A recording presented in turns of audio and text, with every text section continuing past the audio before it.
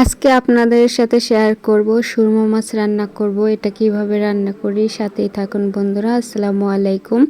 কেমন আছেন বন্ধুরা? আশা করি ভালো আছেন। আমি মাছটা কুটে নেব। এই যে মাছটা কোটা শেষ হয়ে গেছে। এখন মাছটা যখন কেটে নিয়েছি, এটা কি দিয়ে রান্না করব স্কিপ না করে ফুল ভিডিও দেখুন বন্ধুরা। 2 পিস মাছ আমি মাঝখান দিয়ে কেটে নিয়েছি, হলুদ মরিচ লবণ মেখে এটা তেলে আর কি সুন্দরভাবে ভেজে নিচ্ছি। এটা কাঁচা কলা ছিল বাসাতে, তারপর আমি 2 পিস আবার আলু দিয়েছি, কারণ আলু আমার কাছে খেতে ভালো লাগে তাই আর কি দিলাম। আর এক বেলার জন্য রান্না করতেছি, এই জন্য অল্প স্বল্প রান্না করতেছি। বেশি রান্না করলে হচ্ছে কি ফালান যাবে তরকারিটা, অপচয় করা তো ভালো না। তো আমি অপচয় করতে ভালোবাসি না, যতটুক পরিমাণ লাগে ততটুকুই রান্না করি। এটাই আর কি তোমাদেরকে দেখাচ্ছি। তো মশলাটা কষিয়ে নিচ্ছি, মাছটা কিন্তু আমি আগে ভেজে নিয়েছি।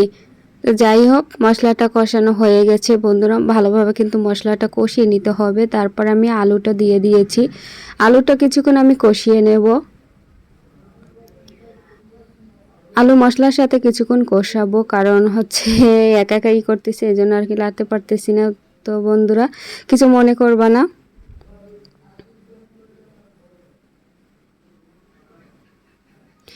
কাঁচা কলা দিয়ে দিলাম। আলুটা আমি কিন্তু কিছুক্ষণ কষিয়ে নিয়েছি বন্ধুরা। তো কিছুক্ষণ যদি আমি কষিয়ে নিই তাহলে কিন্তু খেতে তরকারিটা টেস্ট হবে, আর যদি একসাথে করি তা তো হবে না। কলাটা দেওয়ার পর আমি 5 মিনিট কষিয়ে নিয়েছি। এখন আমি পরিমাণ মতন পানি দিয়ে দিলাম। পরিমাণ মতন পানি দেওয়ার পরে এখন আমি এটা আর কি বেশি ঝোলও রাখবো না, আর বেশি একদম টানিয়েও ফেলবো না।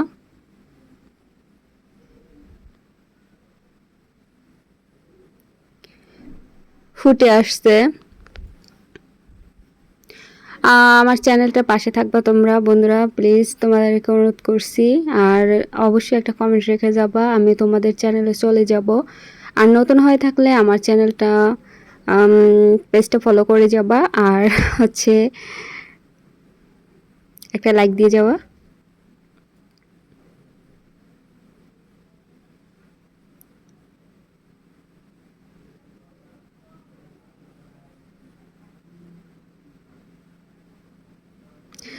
তরকারিটা কিন্তু পারফেক্টভাবে হয়ে গেছে বন্ধুরা। আমি আর কি অনেক প্রচুর গরম লাগছিল, এই জন্য আর কি দেখাইনি। আবার রান্না করতে করতে অনেক রাত হয়ে গেছিলো, তো এই জন্য অনেক কিন্তু সুন্দর হয়েছে আর ভালো লাগছিল। আর সাথে ছিল এটা হচ্ছে সুরমা মাছ, এটা আর কি ভুনা ভুনা করেছি। এটার সাথে আর কি কিছু দেওয়া হয় নাই, এটা শুধু ভুনা।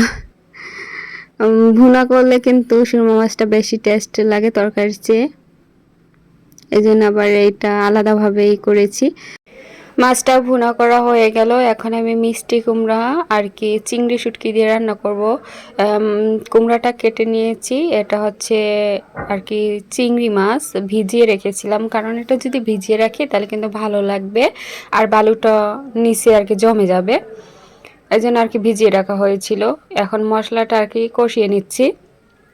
মশলাটা কষিয়ে তারপর যদি মিষ্টি কুমড়ো এভাবে রান্না করি, চিংড়ি মাছ দিয়ে কিন্তু খুবই ভালো লাগে। তাজা চিংড়ি দিয়ে তো কথাই নাই, কিন্তু এটা তো শুটকি, তারপর হচ্ছে শুটকি চিংড়ি দিয়েও কিন্তু দারুণ হয়েছিল বন্ধুরা। তোমরা যদি খেতে চাও, বাসায় যদি চিংড়ি মাছ না থাকে, এই শুটকি চিংড়ি দিয়েও খেতে পারো, তা কিন্তু খুবই দারুণ লাগে খেতে। আমার কাছে খুবই ভালো লেগেছিল, তার কি বলেছি তোমাদেরকে। মশলাটার ভিতরে আমি কিছুক্ষণ আর কি চিংড়ি মাছটা কষিয়ে নেব।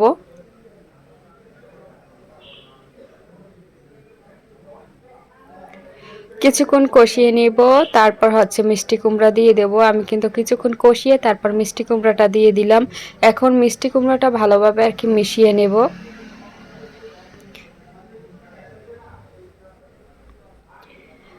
ভালোভাবে মিশিয়ে নিচ্ছি, তারপরে ঢাকনা দিলে আর কি এটা মজে যাবে, আস্তে আস্তে সিদ্ধ হয়ে যাবে আর কি।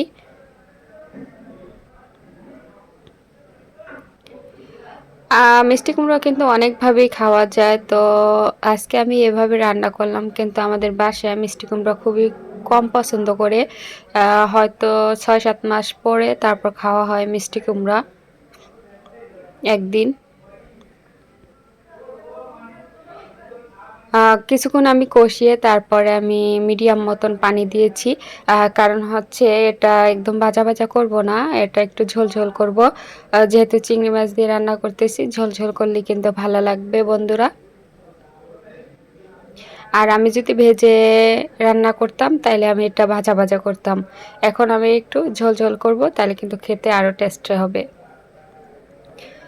ফুটে আসছে। মিষ্টি কুমড়াটা যদি একটু পানি হয়, মিষ্টি না লাগে, তাহলে কিন্তু হালকা একটু চিনিও দেওয়া যায়, তাহলে কিন্তু খেতে আরও ভালো লাগে। একটু মিষ্টি লাগে, তাহলে খেতে কিন্তু অনেক ভালো লাগে। যারা আর কি পছন্দ করেন তাদের জন্য আর কি বলতেছি। আজকে আমার রেসিপিগুলো কেমন হয়েছে জানি না, অবশ্যই সবাই কমেন্ট করে বলবেন যে কেমন হয়েছে। তো ভালো থাকবেন, আজকের মতো বিদায় নিচ্ছি, আল্লাহ হাফেজ।